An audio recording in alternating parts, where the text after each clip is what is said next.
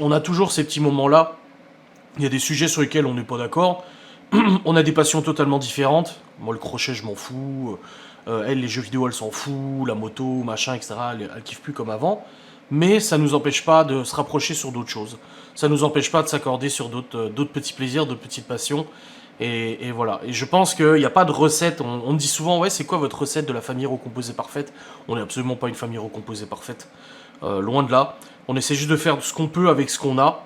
Et Laura et moi-même, en tant que mari et femme, nous essayons d'apporter à l'un et à l'autre ce qu'on peut avec ce qu'on a. Avec nos défauts, mais aussi avec nos qualités, mais sans méchanceté. Il n'y a pas. Je pense que si vraiment. Moi, j'avais dit à Laura quand on s'est rencontrés et qu'on a parlé la première fois sur Internet, elle me dit tu cherches quoi? Je dis de l'honnêteté, de la sincérité et du respect. Et ça, on l'a toujours après 6 ans.